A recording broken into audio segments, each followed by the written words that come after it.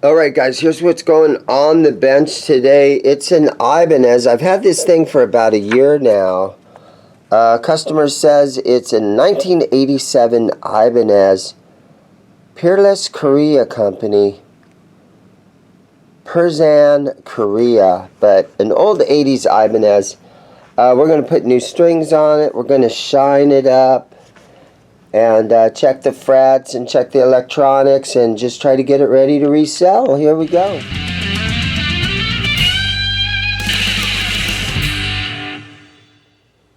Okay. Old 80s Ibanez. Oh, it's missing its back plate. It's got the old serial number on here. Somebody's got locking tuners on it. Let's just check, see if the electronics are working.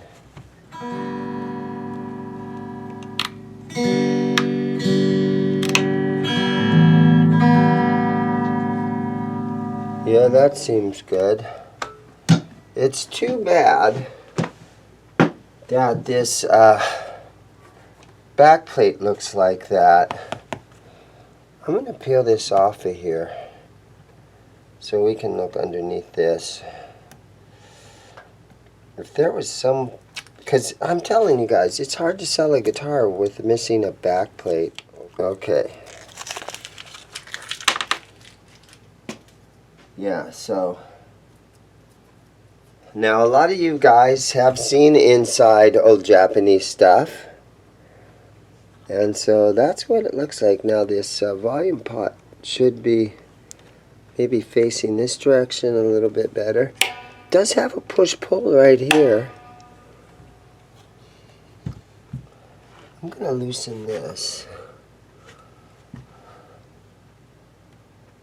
And it looks like a straight screwdriver goes in there.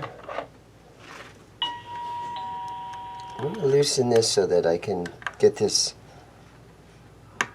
pod twisted around better. Okay, there we go. Now I think I can spin this way. There we go. That's going to be much better.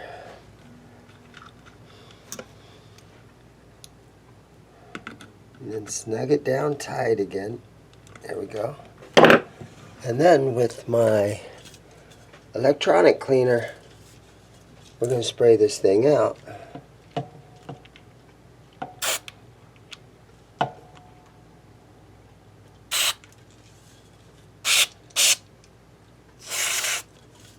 We'll also get in here from the top of this 5-way switch.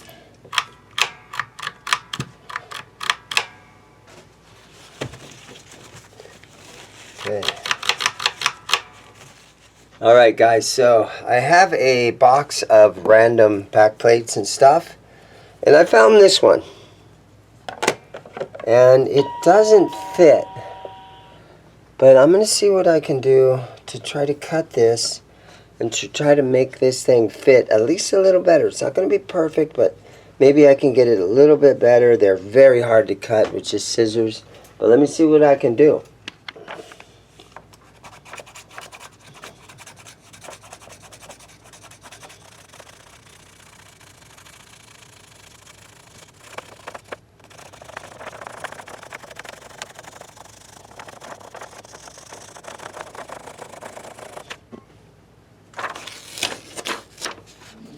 Okay, let me just cut this out. Little paper template. This is like arts and crafts class back in elementary school. Except I don't have a bunch of paste that I can eat.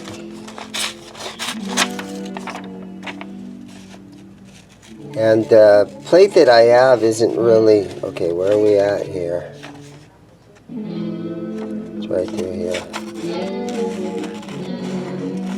The back plate that I have is kind of too small already anyhow. But at least it's going to be something that will cover this back plate. I do know a guy in here in Phoenix that has a CNC machine, and he can cut any piece of backplate, pick guard, anything like that. He's got a CNC machine that does this. His name is Al. And but I'm gonna just try to get this thing trimmed up around here. And cutting stuff with scissors is next to impossible too. So I think what I'm gonna do is just tape this and then cut along here. And it's not gonna be perfect, but it, like I said, it's just something, right?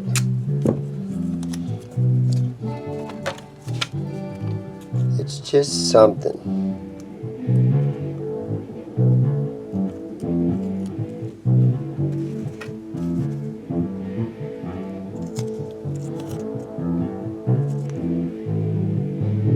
Is it gonna turn out good? Probably not, but let's see what happens.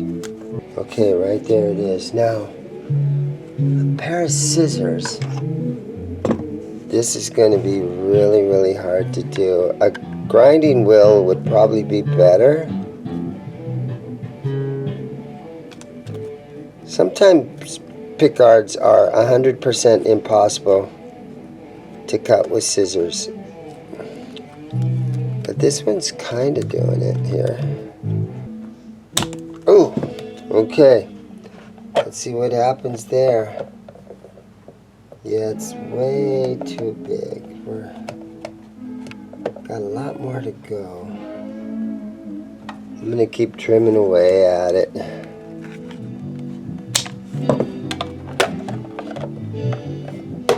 I'm going with it.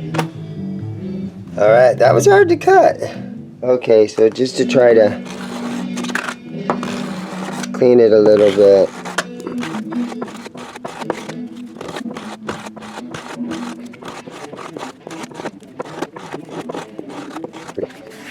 Smooth it out a little bit.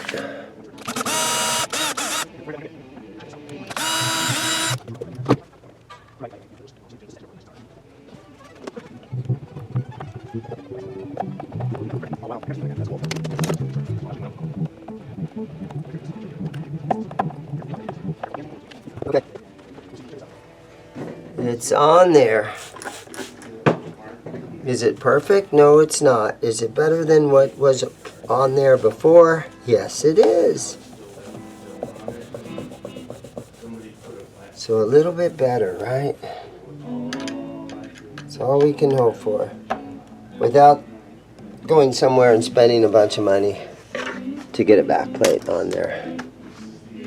Okay. Alright, let's get back to the restring. And I'll pull these strings off of here. And we'll put a new set of strings on it.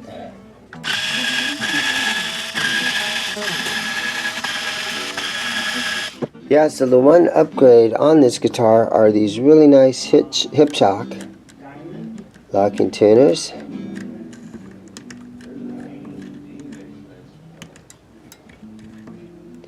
And we can see the serial number right here and the Made in Korea tag that is on there. If I flip it over this way, the string should come right out really easy. Now they did kind of wind the strings around the pegs a little bit here.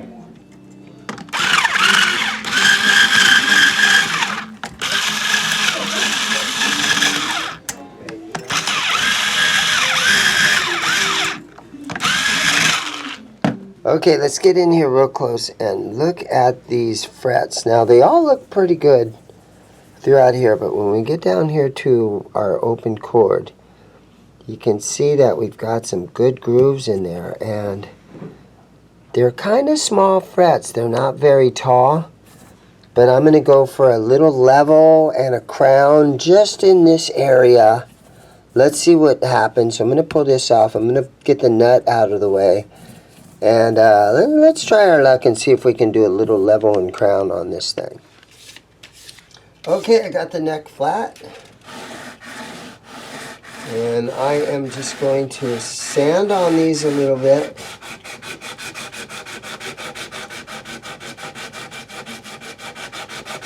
So we're going to hope for the best here and try not to take too much off of them, but just enough to get rid of some of those dents and dimples that are in these.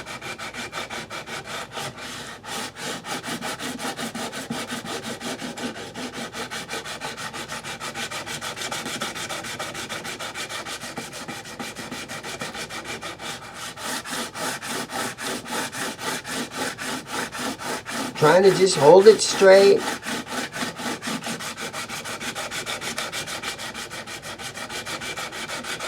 I don't know if I'll be able to get them all completely out of here, because some of them are pretty darn deep.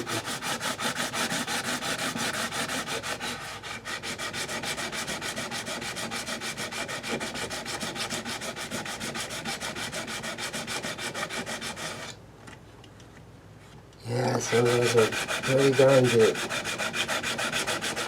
Okay, I got my StewMac narrow medium. Let's give this a try.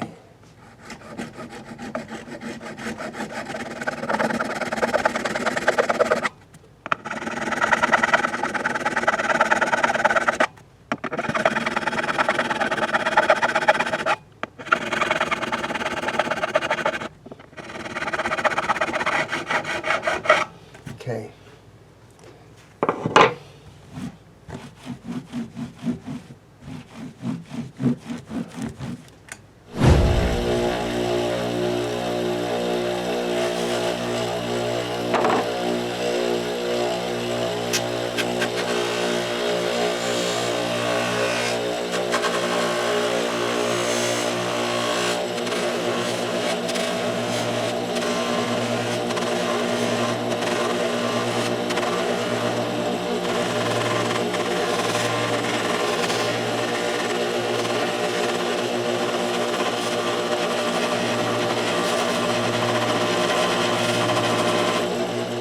Okay, so I've been cleaning on them. I put my buffing wheel on them. Now I'm going to put a little bit of this F1 oil on there just to clean all the buffing compound. I could have masked the whole fretboard off, but I got to clean it anyhow, so I didn't take the time to do the masking. Sometimes I do it this way, sometimes I mask the whole fretboard off. But this fretboard needed cleaned anyhow. So I use that F1 oil on here. Let it soak in for a minute. And a clean fretboard is very important to me. I know some guys, they would clean the frets but not the fretboard. They liked that old look of keeping all the dirt on the fretboard and everything. Especially on maple necks. You like to maybe see how relic it looks.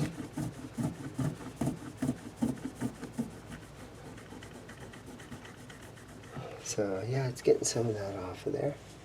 Gonna let that soak for a minute on there. Alright. So it's been a few minutes. Let me take a paper towel and wipe on this a little bit more.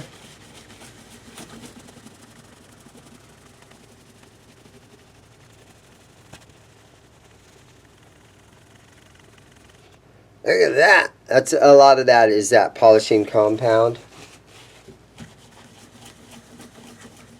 And if you don't clean that off real good, it's going to leave your fingers black after you play it. Okay, so I got a little bit of Titebond. And I'm just going to put a little tiny dab off a toothpick on each side. And, you know, every once in a while you have to replace the nut on guitars. So you don't want to have too much glue on there.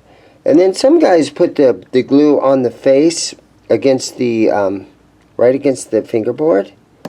But I don't think that's a great idea, because once in a while I've taken a nut off and there's been too much of that glue against the fingerboard, and then when you break that nut this way, it brings a little bit of the fingerboard with it, and then you you're in big trouble then. So I usually try to just put the glue on the bottom side of it.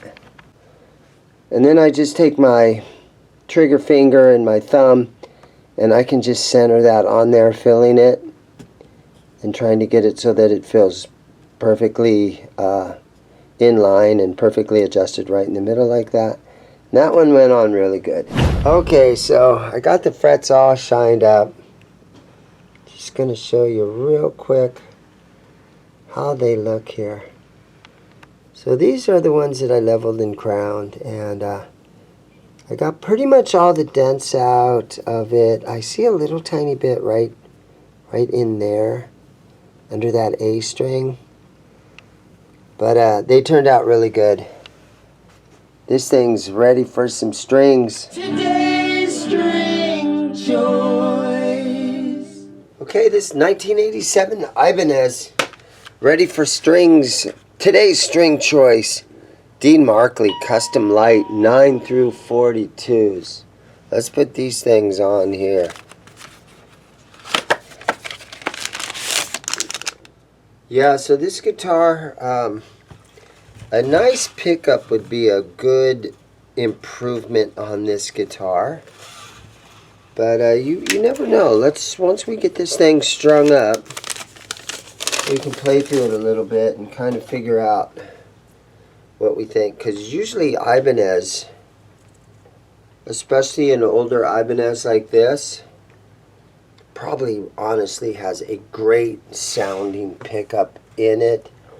I'm not always the kind of guy that wants to just jump right in and start replacing pickups. It kind of takes a lot for me to want to put new pickups in guitars.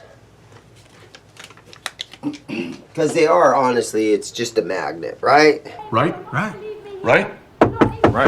Okay, middle position is 4.84, but this humbucker's what we're interested in. 9.94. So that's a little on the mellow side.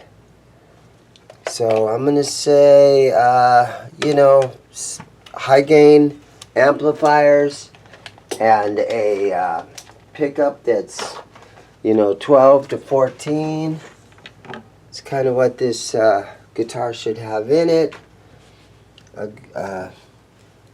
9, in my opinion, is a real smooth Fender style kind of bluesier pickup.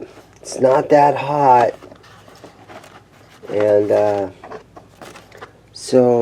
yeah, I guess you could say this guitar, it would be a great candidate to, you know, put a nice heavier pickup in it. Something that kind of ohms out in the 12 or 14 to have a little bit more grit about it. And then also on the other, you could look at it like, well, it's from 1987 and let's leave it original. So there is that. Alright, let's put this. I've put all 6 strings through here. Okay, and again, these are locking tuners on here. So I'm going to run that through there like that. And we're just going to go in here and we're going to snug this tight.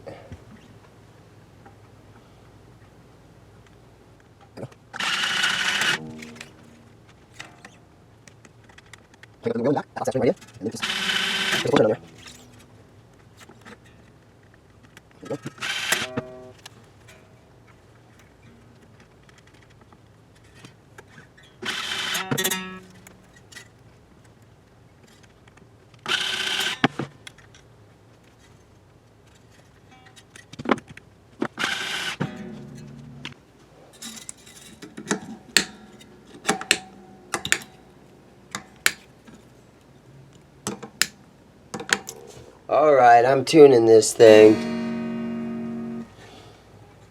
Let's stretch on the strings a little bit. And I always leave my left hand to protect the nut. I've seen some guys just yank on it and break that little nut off, like right here on the end.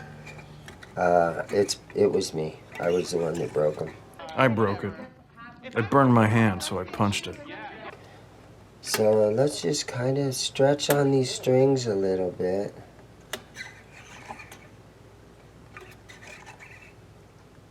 Okay. And let's tune it.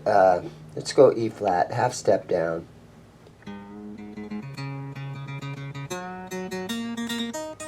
Okay. Let's just do this. Throw it up here. I do this all the time. Just throw it up on my knee and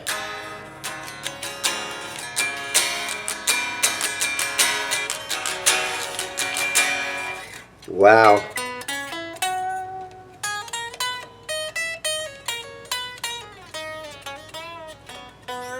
Really low action. Really well played in neck. There's those locking tuners that are on it. Made in Korea, 1987. Oh, I see that our one string right there is kind of stuck on the end of the bridge. There we go. I'm going to have to redo that. Wrap it around a couple of times. Okay, let's see here.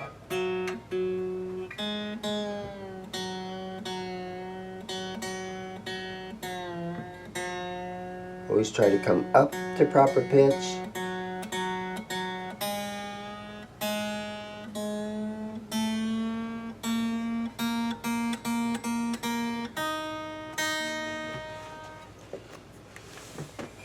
Alright, let's strum on it again.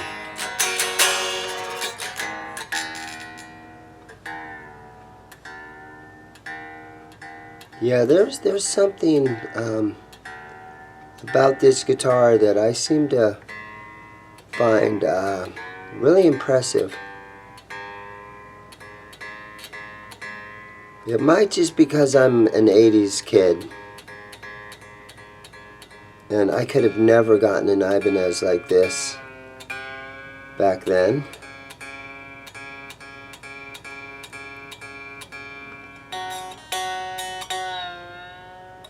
But I think the neck,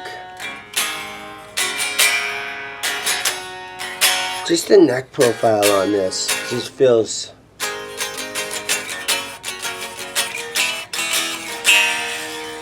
just kind of makes you feel right at home with this neck. It's so played in, it fits in your hands so good.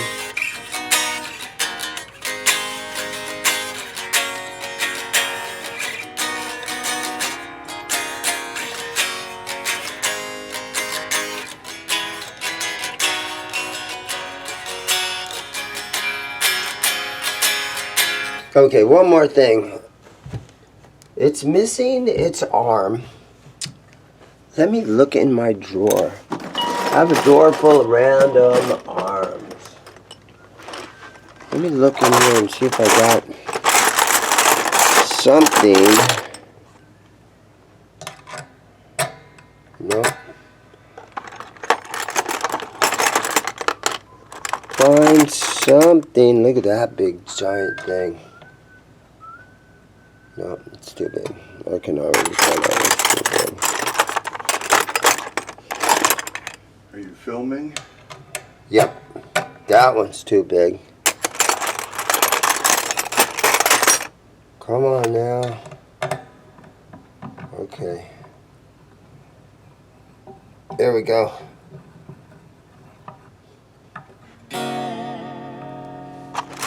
It's in there. And it didn't cost me any money. But it's setting up way too high, so I'm going to stick it in my vise. And I'm going to bend it to get it to fit in there better. Alright, so the bar's in there. It's better, but it's got the white tip on it. I'm going to try to see if this black one will fit on here. Well, it's going to look a lot better with the black tip on there.